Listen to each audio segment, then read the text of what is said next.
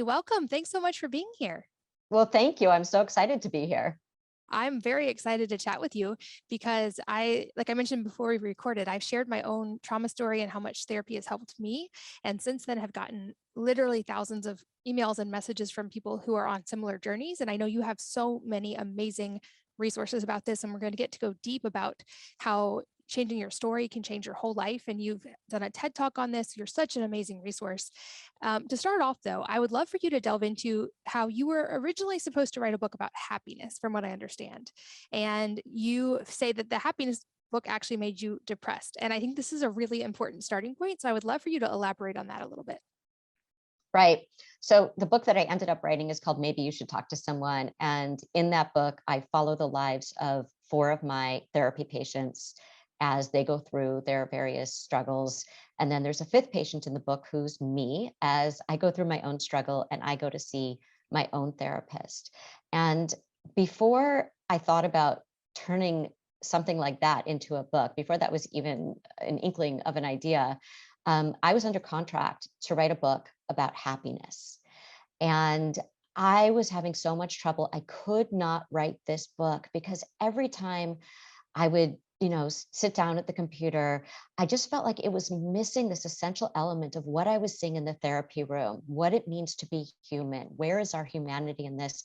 And it occurred to me as I was writing this that the goal is not necessarily happiness. It's meaning, it's fulfillment, it's connection, it's being alive, whatever that means for each of us. And so, it's kind of like happiness as the end goal is a recipe for disaster, but happiness as coming through something that feels meaningful or fulfilling to you, I think is what we all should look for. So I realized that I didn't want to do scientific studies about happiness and anecdotes about happiness because I think that makes so many of us feel like we're chasing the wrong thing. I wanted people to see the beauty and the joy of getting through our struggles, which is what I have the privilege of seeing as a therapist every day. I love that. I've heard it said that the pursuit, like searching for happiness, can actually be a source of suffering, but acceptance of kind of the human condition can actually be a source of happiness. And I love that you touch on that in this book. And you actually introduce yourself in the book, I'll make sure I get this right, as not just a therapist, but a card carrying member of the human race. And I really resonated with how vulnerable and real you are. Even and had such great perspective. But why did it feel so important to you to introduce yourself that way? That's such a great question because I never thought that I would, first of all, do this book. But secondly, when I thought about doing this book, I thought, well, I want to bring people into the therapy room and they can see what happens with my patients. And I realized that felt kind of disingenuous because I was going through something at the same time. And I didn't want to position myself as the expert up on high. I wanted to be, just again, a card carrying member of the human race, which is what I am. I know what it's like to be a person in the world. I know what it's like to struggle. And I think it's so important for people to see that therapists are human too. And I think in the media, the trope of the therapist is either like the brick wall, the person who is kind of impenetrable and maybe they have their lives all together, or the opposite you see on TV or in movies, which is like the hot mess, the therapist who's really good in the therapy room, but they can't hold it together outside. And neither of those is true. We're just normal human beings going through normal struggles. And I thought it was so important to humanize everybody in the book. And if my patients were going to be that vulnerable in the book, I thought I have to walk the walk and step up and be that vulnerable too. I should say one more thing about that, which is that when I canceled the happiness book and I said, I want to write this book about what happens in therapy, which is really a book about the human condition, people said, oh, no one's going to read that. So I thought, okay, like 3 people will read this. So I can be really like open and raw and vulnerable. And then, now it's sold over 1 million copies. And I think that the reason is that I was so open and raw and vulnerable. But had I known how many people would read it, I might have, tried to clean myself up a little bit in the editing. And I didn't. And I'm so glad I didn't. Well, I definitely resonated with so much you said, and especially the idea that we are unreliable narrators of our own lives. I think this is such an important point, and it was kind of like a lightning bolt moment for me to really realize that is this thing I think of as reality is actually just my own story that I am making myself miserable by holding on to. So, can you kind of explain that concept and maybe give us some examples of these stories that we hold on to that actually make our lives harder? Yeah. So it's really interesting because when people come into therapy, they are telling me a story and they're telling me the story as they see it. And we all think that our version of the story is the accurate version of the story. And it's not that people are trying to mislead, it's more that there are other versions of the story that sometimes we can't see. And that's where we get stuck. And so I always feel like my job as a therapist is almost to be an editor in the room where I'm helping people to edit their faulty narratives, to see the other perspectives, to see what stories they're carrying around that maybe are old stories that never were true or maybe aren't true anymore. So people carry around stories like, I'm unlovable, or I can't trust anyone, or nothing will ever work out for me, whatever those stories are. And you see that in the book. You see that, I think, in life with the people that we love. Um, in the book, I read about this thing, the difference between idiot compassion and wise compassion, which is really about this unreliable narrator that we all have. So, idiot compassion is our friends come to us with a story like, listen to what my partner did, or listen to what my mother did, or my sibling, or my boss, or my friend. And we say, yeah, you're right, they're wrong, right? And, you go, girl. We think we're being really supportive. But often, if you listen to your friends enough, it's kind of like if a fight breaks out in every bar, if a fight breaks out in every bar you're going to, maybe it's you. And we don't say that to our friends because that sounds really unsupportive. But often, even our own stories, if we start to notice them, we start to notice that we tell the same kinds of stories over and over, and that's where we get into trouble. So that's idiot compassion, is just blindly backing up your friend. Wise compassion is what you get in therapy, where we hold up a mirror to you and we help you to see something about yourself and your role in the story that maybe you haven't been willing or able to see. And that's not to say that there aren't difficult people out there. I always like to say, before diagnosing someone with depression, make sure they aren't surrounded by assholes. So, so there are definitely difficult people out there. But then, what is your response to those difficult people? And then also, how are you choosing the people? And if these are people that you're not choosing, maybe they're family members, what can you do differently in the dance that you're doing with them? And that's part of the rewriting of the story. Yeah, I think even that concept alone is so valuable. And I think often this maybe is the thing that seems so logical when you realize it, but is often hard to realize because, as you explain, we're in the story. So, what are some of the ways you can help people kind of even like recognize that they're in the stories and then start to be able to rewrite them? Because I think your approach is beautiful in that you take people from often feeling like a victim or that they're at the mercy of these things happening to them to understanding their own part in it and their choices they still have, and I think that's so valuable, but I would guess it's maybe an uphill battle sometimes because that's hard when you're in the story to even notice you're in the story. Well, I think it's so empowering when we realize how much agency we actually have. And so I think that people feel like, they're trapped, they're stuck, that, like you said, there's sort of this idea that there's nothing they can do about the situation because we can't control other people, which is true. But what we can do is by changing our own behavior, we can influence other people because it's that dance. And if you do different dance steps, they will either have to do different dance steps or they will fall flat on the floor. So I think especially I see this with couples where I always say to couples before they come in, usually if I don't do this, what'll happen is they'll come into a session and they'll tell me all about why the other person is making the relationship difficult. And so I say to people before they come in, I want you to come up with your own goal. Just come up with one goal of what you can do differently to improve this relationship for you, what you can do. And it changes the entire orientation. It changes the story of what we're doing in there. So you're not going to worry about whether your partner is meeting his or her goal. You are going to worry about whether you are meeting your goal of what you can do to improve something in the relationship. I often, if I'm seeing an individual, will say, can you tell me this story from the point of view of the person you're talking about? And it really makes them think. It really, first of all, gives them some perspective. It gives them some compassion for the other person. It makes them realize that maybe that person is acting out of fear, anxiety, frustration. that they're not trying to kind of get the person, right? That they're really, everybody's kind of doing their best given the situation that they're in. And when we can understand more about all the different perspectives in the story, we can make choices about what we want to do. We can make much more informed choices. And I'm so glad you mentioned couples because another important takeaway I had was the differences between how men and women feel and also talk about these things, especially in therapy. And it seems like there's so much we can learn for our own relationships based on kind of these almost archetypes of how men and women talk differently in therapy. So, can you kind of break that down for people who may not have been through couples therapy or be familiar with that process? Yeah, and I should say that I see all kinds of couples, so it's I don't just see heterosexual couples, but these are kind of big stereotypes, but there's a pattern that I've seen over the years where, first of all, we say that we want men to open up and be vulnerable, but we there's still so much stigma around that for men, and so often men, if they come in alone, they'll say, I've never told anyone this before, and they literally have not told a soul. Women will come in often and they'll say, I've never told anyone this before except for my mother or my sister or my best friend, right? So they've told maybe one, two, three people, but they feel like they haven't told anyone.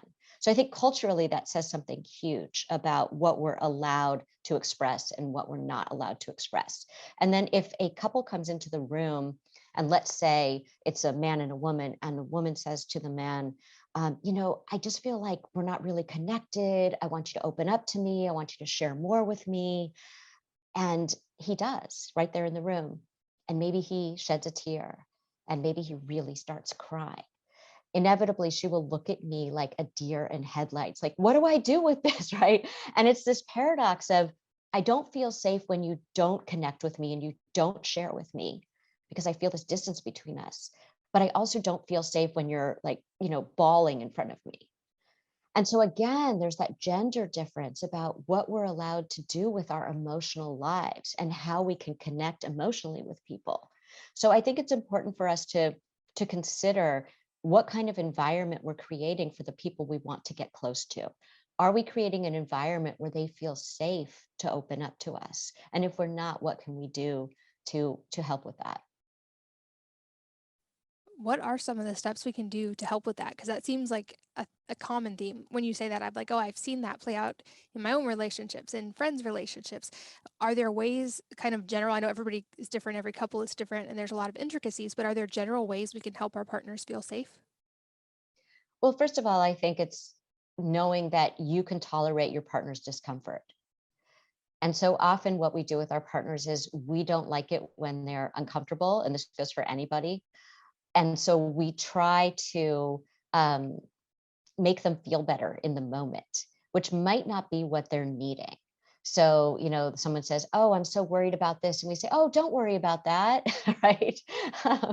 Or we try to distract them like they're sad about something. We say, "Hey, let's go out and, get some ice cream," as opposed to, "Yeah, let's talk about this."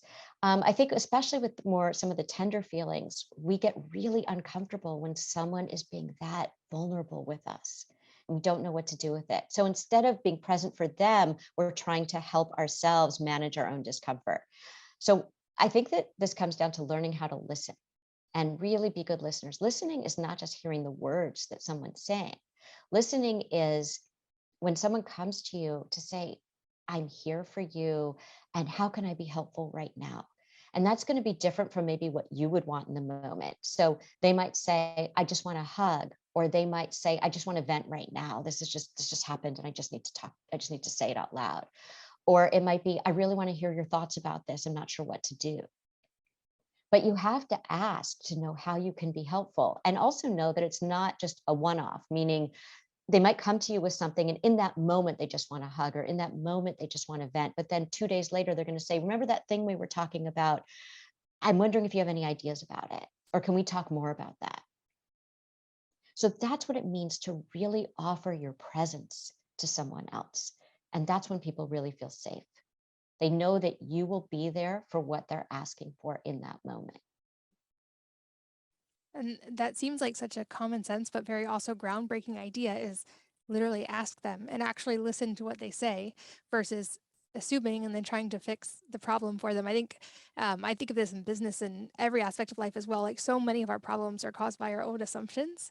And you also talk about what you call the hierarchy of pain and how this assumption kind of leads to more problems in relationships and leads to us minimizing potentially the other person's feelings. And I definitely can resonate with this in my own life. So I would love for you to explain that kind of concept and why maybe there's a better way to think of it. Yeah, the hierarchy of pain is interesting. And I didn't realize it existed until I became a therapist. And what I saw was people would come in and they would literally apologize for their problems. Or if they started crying, they would say, "Oh, I'm so sorry. I'm so sorry to be crying about this," even though there's 3 boxes of tissues near them and they're in a therapist's office, right? So they're even apologizing for crying in a therapist's office. And I realized that people really rank their emotional pain. And we don't do this with our physical pain. So, for example, if you fall and break your arm, you're not going to be like, "I'm not going to go get a cast and go to the doctor," because some people have it worse. It's just a broken finger, just a broken arm compared to like someone maybe has stage 4 cancer, right? We don't rank it. We say, "I'm actually going to take care of my health." What we do with our emotional pain is it's sort of like the difference between if you are having chest pain, you'll probably go to the cardiologist before you have a massive heart attack and say, what is this chest pain about? If you are having emotional pain, often people will say, "Oh, I'm feeling a little sad, or maybe I'm a little bit anxious, or I can't sleep, or I'm having this problem in my relationship." But it's not that bad compared to whatever in their mind they compare it to. They're like, "I have a roof over my head and food on the table, so it's fine. It's not that bad." Then they end up in my office when they're having the equivalent of an emotional heart attack. And the problem with that is that, first of all, it's harder to treat because now it's gotten really, really bad. Whereas before, we could have, dealt with it at the level that it was at. The other problem is that you have suffered unnecessarily for maybe weeks or months or even years when you didn't have to. You didn't have to suffer alone in silence for all this time. So I think we really need to think about why that is that we have this hierarchy of pain around our emotional health, and remember that pain is pain, suffering is suffering. You don't have to rank it. It doesn't have to meet certain criteria before you're allowed to go and get help for it. And I think it comes down to prioritizing our emotional health as much as we prioritize our physical health. Such an important point, and I can recognize times I've even done that in relation to myself, where I minimized like childhood experiences because I'm like, well, that's not as bad as the high school experience that was an actual assault, so that can't be the reason. And I kind of avoided dealing with those things for a long time because I had that same mindset of, oh, well, it can't be that bad, versus actually acknowledging and dealing with it. And another interesting thing I'm sure you encounter all the time is people go to therapy. The whole purpose of therapy is to help create positive changes in our lives. And yet, also statistically, it's actually very hard to make those positive changes in our lives. So, why is it so difficult, even when we know it's good for us, to actually go through the work and make these changes? The thing about change that people don't realize, and this is why New Year's resolutions often fail too, because we think, "I'm going to make a decision to change and then I'm going to change, and that's going to be how it works out." And of course, statistically, that doesn't happen. And that's because for a few reasons. One is that change travels with loss, meaning that when you make a change, you are giving up the thing that you already have. So the thing that we already have is familiarity. So even if you're in a bad relationship, it's like that relationship. If you have patterns that are holding you back, at least you're used to them. They're familiar to you, and often they're familiar things from childhood. We've had them for years and decades. These are things that we've lived with, these patterns and these ways of being for a very long time. And so even if the thing that we have makes us miserable or is less than optimal, it's still the devil you know. And humans don't do well with uncertainty. And so when we make a change, we have to go from the thing that we know, even though we don't like it, to something that could possibly be better and probably will be, but it's uncertain and it feels unfamiliar. And it's like we've been plopped into a foreign land. We don't know the language, the customs, the directions. We're lost. And it's very, very scary. And that's why there are stages of change. So the first stage of change is called pre-contemplation, where you don't even know that you're thinking about making the change. And then comes contemplation, where you're aware that you want to make the change, but you're not ready to go ahead and do it. And then comes preparation, where you're starting to prepare. You're saying, what steps do I need to take to make this change? And then there's action, where you actually make the change. And people think it ends there. Okay, I've gone through the stages. No, the most important stage of change is what comes next, which is called maintenance. Maintenance is the stage of change where you maintain the change over time. And the big misconception about maintenance is that somehow you're not going to slip back, that somehow you're not going to, don't not do your exercise thing, eat differently, have a drink when you weren't supposed to, call that boyfriend at 3 a.m. that you weren't supposed to call, right? That's not going to happen in maintenance. Yes, it will. You're going to slip back because it's going to take some time and adjustment for you to get into this new way of being and to feel safe and comfortable and to make that your default instead of these old ways that are your default. And so you can see in the book, there's this young woman that I call Charlotte, and she keeps dating these men that are just, they're always going to disappoint her. And it's this repetition compulsion where she keeps, it's like, hey, you look familiar, come closer, because it sort of looks like her childhood, just happening again. And she doesn't realize that when she first meets people. She thinks, oh, that person's so different from my parents. And yet our unconscious has radar for people who are going to hurt us in the same ways that we were hurt when we were younger, if we haven't worked through that pain. And so it isn't until later when she is finally ready to make these changes. And then she goes into maintenance, and it takes some slipping back, but she ends up finally getting really comfortable with the change. And that becomes the thing where she says, I would never want to date someone like I used to date. And she finds the person that she wants to be with.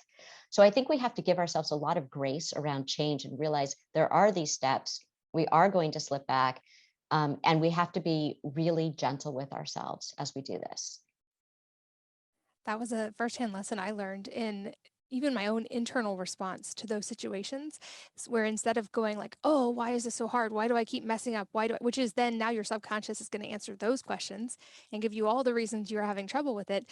Trying to kind of switch my perspective into like, okay, I acknowledge that. I felt the feelings of that. How do I now get back to the place where I was? How do I forgive myself and move on? But you also said something about we kind of choose these situations that sort of reaffirm how we were hurt, especially as a child. Can you elaborate on that and why we do that? Kind of maybe the idea of a little bit of like trauma bonding, or why do we subconsciously seek out these situations? Yeah, so that goes back to the familiar. And that's what, and part of it too is what, there's a term called repetition compulsion. And it means that unconsciously we want to repeat the same situation that we had in childhood, except now that we're adults, this time we'll win. This time it will work out. That's the unconscious desire and fantasy that we have, but it does not work out that way. And so we keep repeating it like, okay, I'm going to pick this person.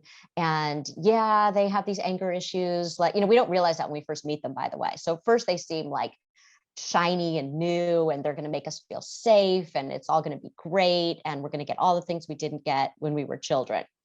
But the reason that you're so attracted to that person, if you haven't worked out the childhood stuff, is because they are exactly like something you experienced in childhood. So maybe they have a drinking problem, or maybe they have anger issues, or maybe they're really avoidant, or maybe they, put you down, or they criticize you, whatever it is. And then you start to see that.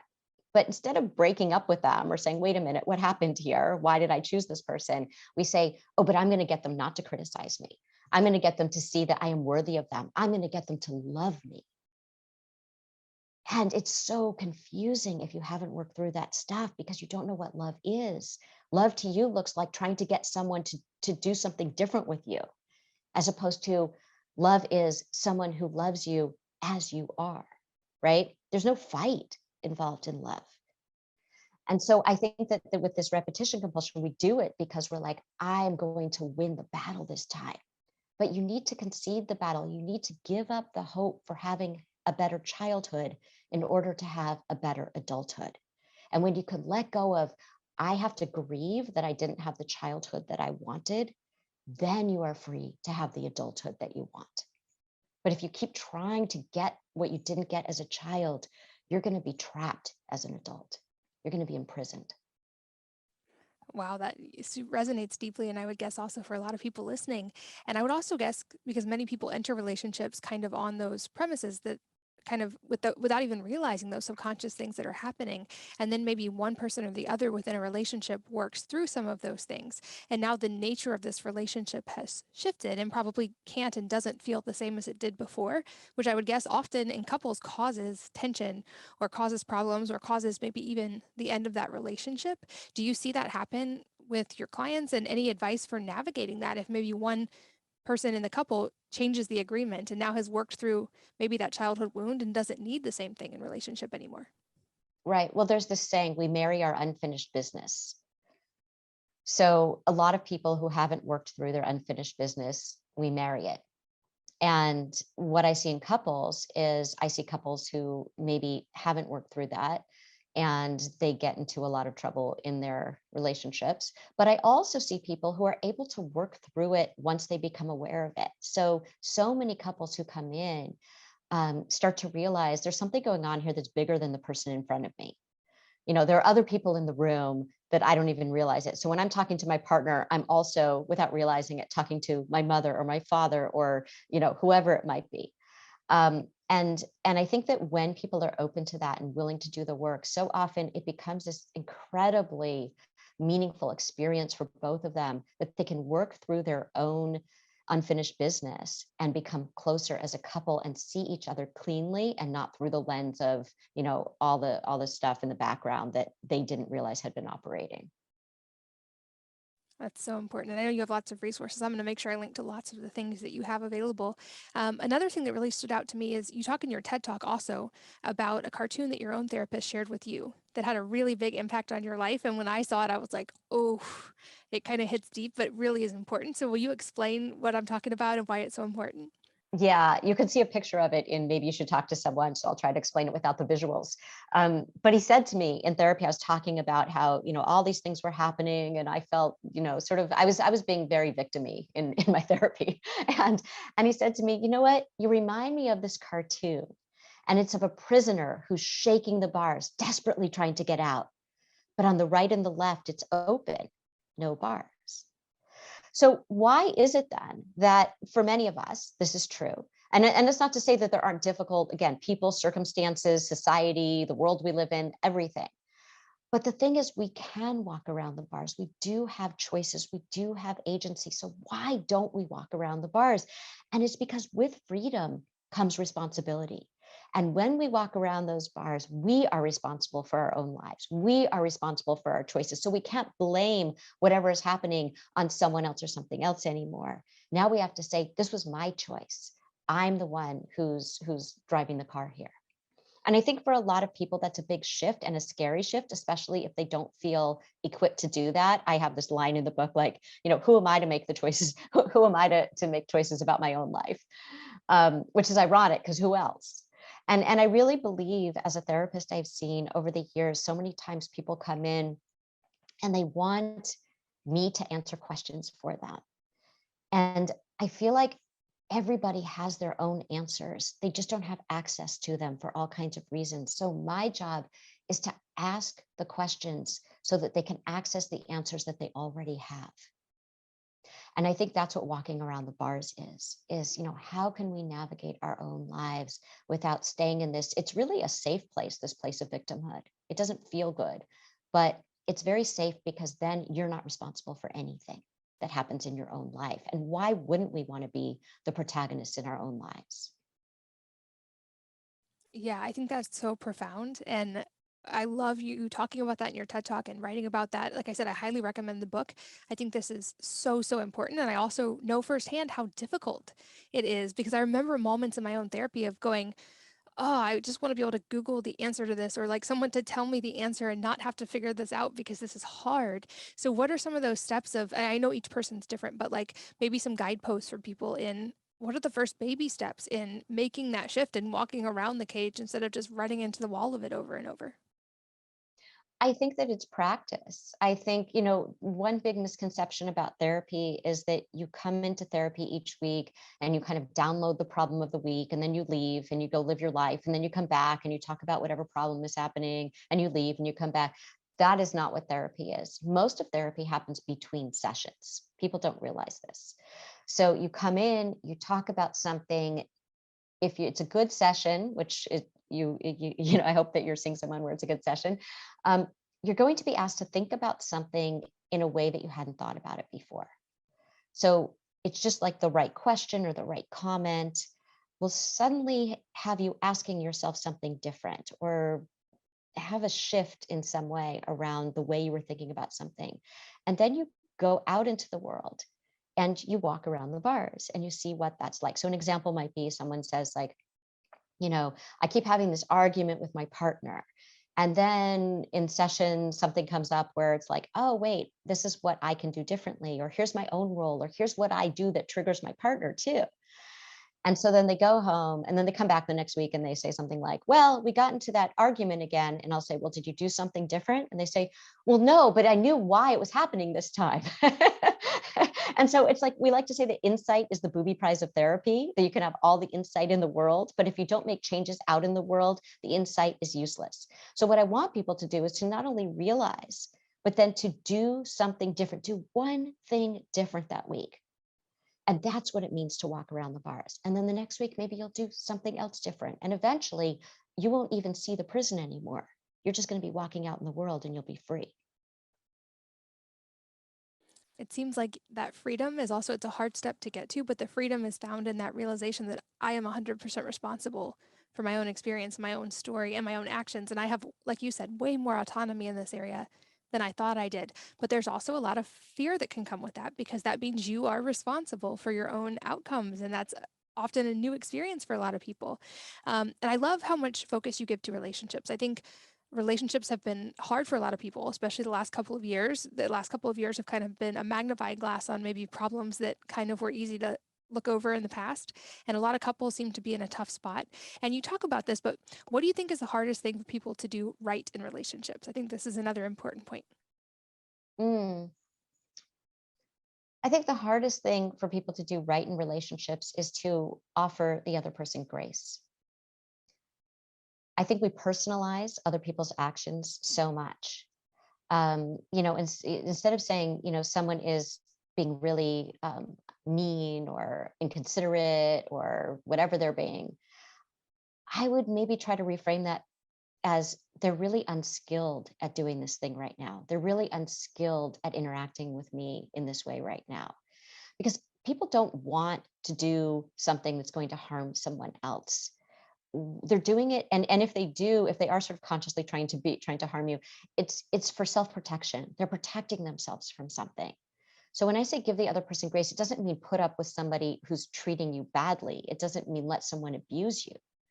What it means is try to understand what might be motivating what they're doing. And also I say that in the other direction too, which is before you speak, ask yourself, how will what I'm about to say land on the person that I care about?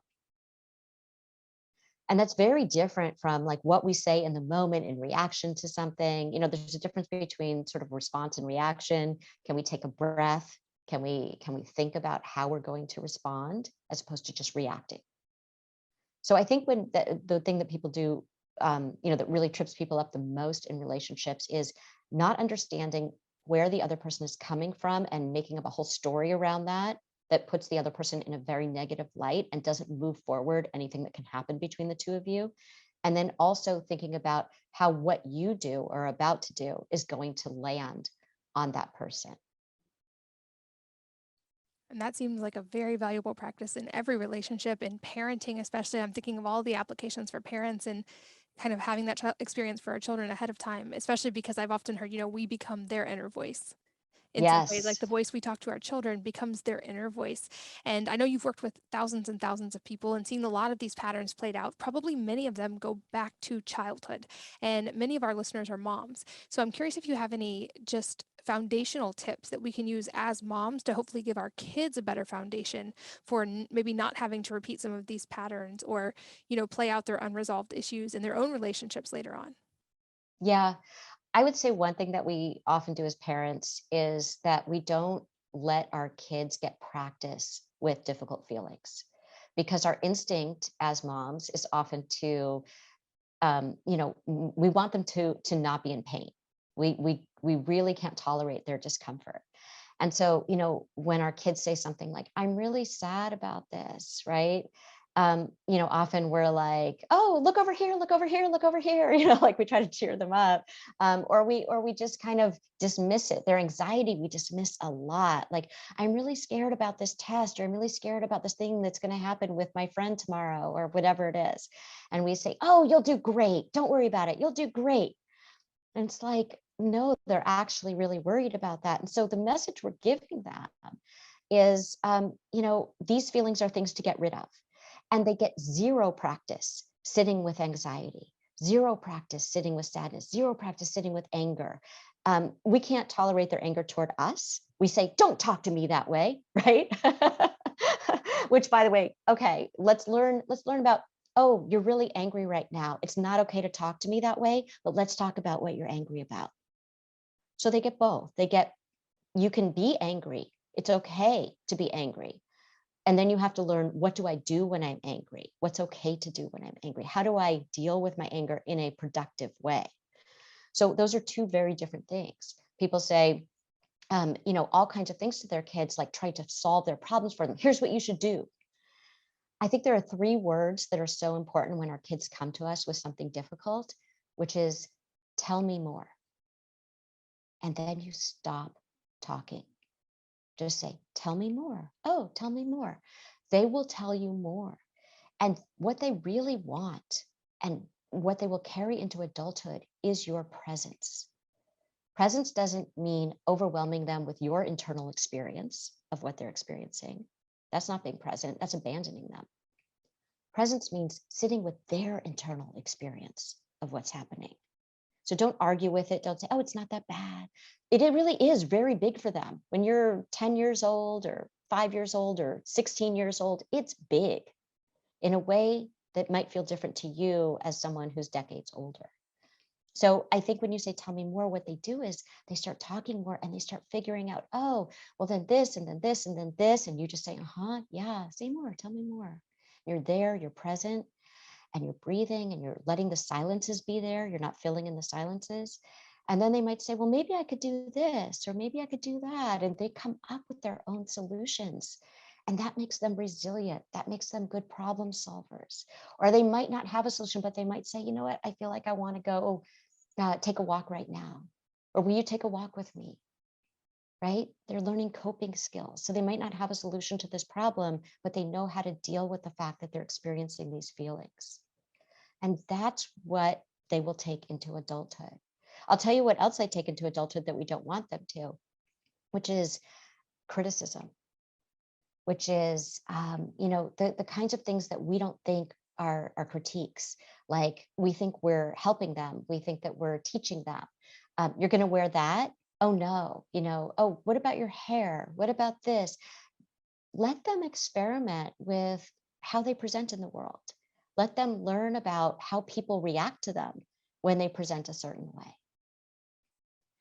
Every time you try to impose your version of how things should go on their experimenting with how things should go, again, when things aren't dangerous, you're teaching them they can't trust themselves.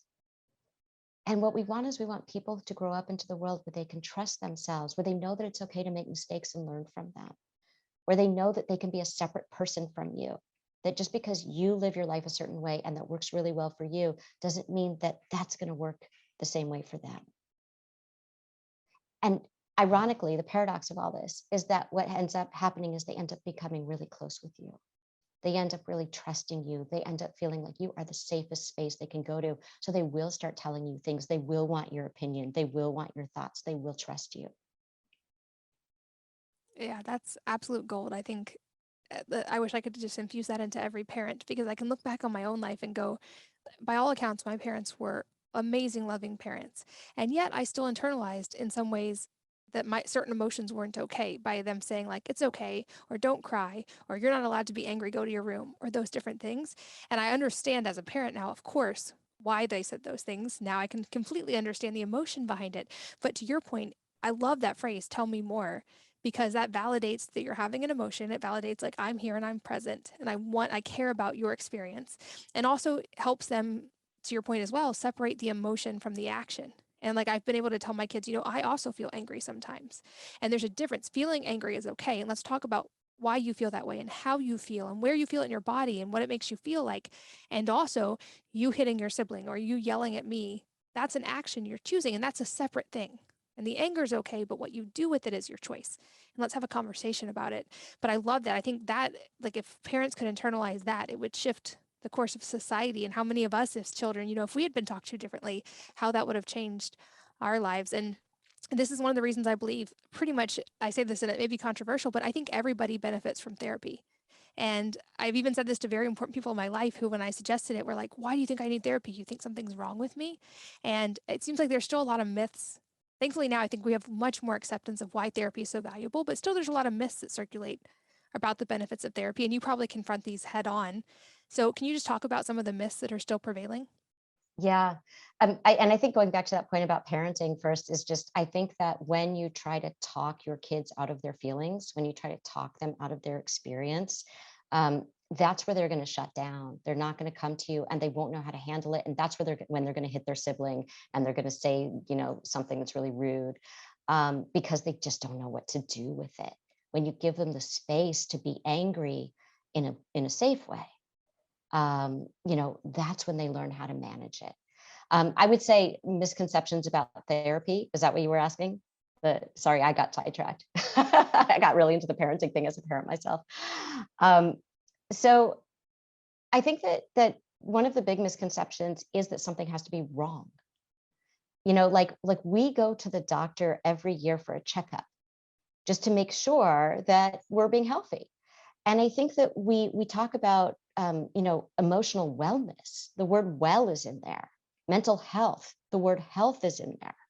So we want to destigmatize it because why would anybody say, like, why are you going to the dentist to get your teeth cleaned? Nobody would say that. You should only go to the dentist if you need a root canal. No, you go because you need to maintain the health of your teeth, right?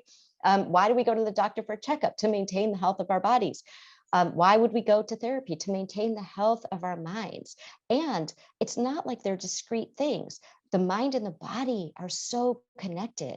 And when something is not working well for you, or if you don't maintain the health of your emotional life, you're going to have physical health problems. They're very much related. So I think it's kind of odd. As a therapist, I can say this, but I think just in the world, I think it's kind of odd that we would say, well, there's this whole part of our bodies, our emotional health, right, our minds, that aren't our souls, that aren't tended to. And yet, if they aren't, what's going to happen? High blood pressure, diabetes, our immune system shuts down. I mean, there are a million things that happen to us when we have emotional struggles that we aren't dealing with. So I think that I don't know, I don't know that I would go as far as to say everybody should be in therapy, but I think that if you are asking yourself that question, should I go to therapy, or I'm curious about it, or what would it be like? I would say that's your inner therapist telling you that you want to go and see what it's like and go to therapy. And it doesn't mean you even know what it's going to be. Maybe you'll just go and you'll learn some things about yourself, and that'll be valuable. And then there'll be other times that maybe you come back. There might be something where you're like, wow, I realize this is really valuable and I want to do this on an ongoing basis. They're very different experiences of therapy. So there's no one size fits all. And I know you have so many resources available for free to people online, and of course, your book, and then you have many other options as well. And I'm going to make sure those are all linked in the show notes at wellnessmama.fm for you guys listening. But could you briefly talk about your podcast and then the TV series that developed from this book? Because I think those are great resources. Sure. So I have a podcast called Dear Therapist, and I have a co-therapist, Guy Winch, and we do actual sessions with people. And the reason we're doing that is because we really want to make therapy accessible to everybody. We just want to make emotional health accessible. It's not even so much, again, about therapy. It's about what happens when you hear somebody else go through a session, and in one conversation, they can make a shift in something that has been plaguing them for a very long time. A relationship with their partner, with their mother, with their child, whatever it might be. And I think it's really powerful for people because I think that they can see themselves in whoever comes on, even if they don't have that specific issue going on in their lives. And the beauty of it is, at the end, we wanted people to really have actionable advice. So at the end of each session, we give the person a homework assignment that they have 1 week to complete. And then they come back that next week and they tell us how it went. And you hear it all in one episode. So it's not just like, here's the session, but then here's what we told them to go do. They did it, and here's what happened. And our listeners we've gotten so much feedback that our listeners have tried the advice, and they've tried it even in different realms. Like somebody was maybe having a problem with their boss, but they tried this thing with their kid, right? Or whatever it might be. Or somebody who didn't have kids tried this thing that this parent came on and had this issue, but she tried it with her own mother. So it's really interesting that the advice is very universal and applicable to all different kinds of situations. So I think the podcast, again, is called Dear Therapist, and we're about to launch season 3 starting May 10th. And you can go back and listen to seasons 1 and 2 as well. I'll make And sure. then we're doing we are adapting the book, Maybe You Should Talk to Someone. We're adapting it as a television series right now. It's just available as the book, but we are working on the series, and I'm very excited to, again, just make these human stories available to everybody. Well, all those links will be in the show notes. You guys, I definitely recommend you find Lori and keep learning from her. I love your work. A few last minute questions in the interest of respecting your time. I know you have a hard stop. The first being if there is a book or number of books other than your own that have had a profound impact on your life, and if so, what they are and why. That is such a hard question for me. I have books, maybe the way that other women are, the stereotype of having shoes. I have books like that. So they are all over my house in every room. I've always been an avid reader. And I would say, interestingly, it's novels. I could name so many of them, but I think that there are these psychological truths in novels that help us to see ourselves where we felt like, oh, I had that thought too, or, oh, that's really true. That explains why I do this. And you see that in these characters. I've been reading, I don't know if you ever read Olive Kitteridge. There's a sequel to it called Olive Again. I think the first one was made into a show for HBO. I did not see it, but the sequel was so powerful because you see this woman as she's going through her life and as a parent and as a wife, and she's very kind of curmudgeonly, and she's not very kind to people, and she sort of has this reckoning near the end. But then in the sequel, you see her as an older woman, and her son is married, and now he has this wife, and she doesn't like the daughter-in-law, and she has a lot of regrets about how she was as a parent and how she was as a wife and as a friend. And it sounds depressing, but it's actually quite uplifting. And it really makes you think about living with intention and how you want to live now, and fast forwarding several decades and thinking about how I'm living now is going to affect how I look back at my life later. So I want to make sure that I'm being really aware of how I am in my relationships that are important to me right now. I love that message. I said recently, people think about time travel and get scared because they're like, what if I change one thing that has this massive change in the future? But how many of us think in the present moment, what one thing could I change that would have a massive change for my future? So I'm going to pick up that. I've been looking for a novel anyway. I love that. Thank you for the recommendation. And to leave on a concrete note, I know you have so many resources. You guys go find them in the show notes. But what is one thing our listeners can do today, a concrete thing that will help improve our emotional well-being? So I think that's the reason I put out the workbook to Maybe You Should Talk to Someone, because it's a step-by-step guide to rewriting your story. And I would say the most important thing that people could do right now from the workbook is giving themselves, being kind to themselves. I was going to say giving themselves grace, but I think it's really about kindness. And I think that people don't realize how unkind they are to themselves. When I'm giving talks, I'll often say to the audience, show of hands, who's the person that you talk to most in the course of your life? Is it your partner? Lots of hands. Is it your child? Is it your parent? Is it your sister? Who is it? And you get lots of hands. But the person that we talk to most in the course of our lives is ourselves. And what we say to ourselves isn't always kind or true or useful. And I had a client who did not believe that she was so self-critical. Like she just, was like, no, I'm not like that. But I would hear it in the way she talked about herself all the time. And I said, I want you to go home and I want you to listen for that voice in your head that you're probably not paying conscious attention to, but you're definitely paying unconscious attention to. And I want you to really listen for it. And I want you to write down everything it says to you over the course of a week. So she comes back the next week And she's written it all down and she starts to read it. She starts crying. And she says, I can't even read this. I am such a bully to myself. And there were things like she was typing an email and she made a typo and she said to herself, just reflexively, she said, you're so stupid. And you would never think that if your friend did that. You wouldn't think my friend is so stupid because she made a typo. Or she caught her reflection in a mirror and she said, oh, you look terrible, right? She didn't even realize she was talking to herself this way. Those are the stories that we're walking around with. So I would say the one thing that we could do right now today is listen to how you talk to yourself. Ask yourself, does it meet these criteria? Is it kind? Is it true? Is it useful?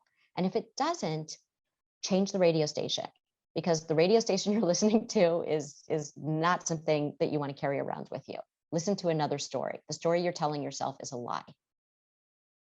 I love it. I think that's a perfect place to wrap up. I am deeply appreciative to you for being here today. I very much value and appreciate your work. Thank you so much for your time. Oh, thank you so much. It was so great talking with you.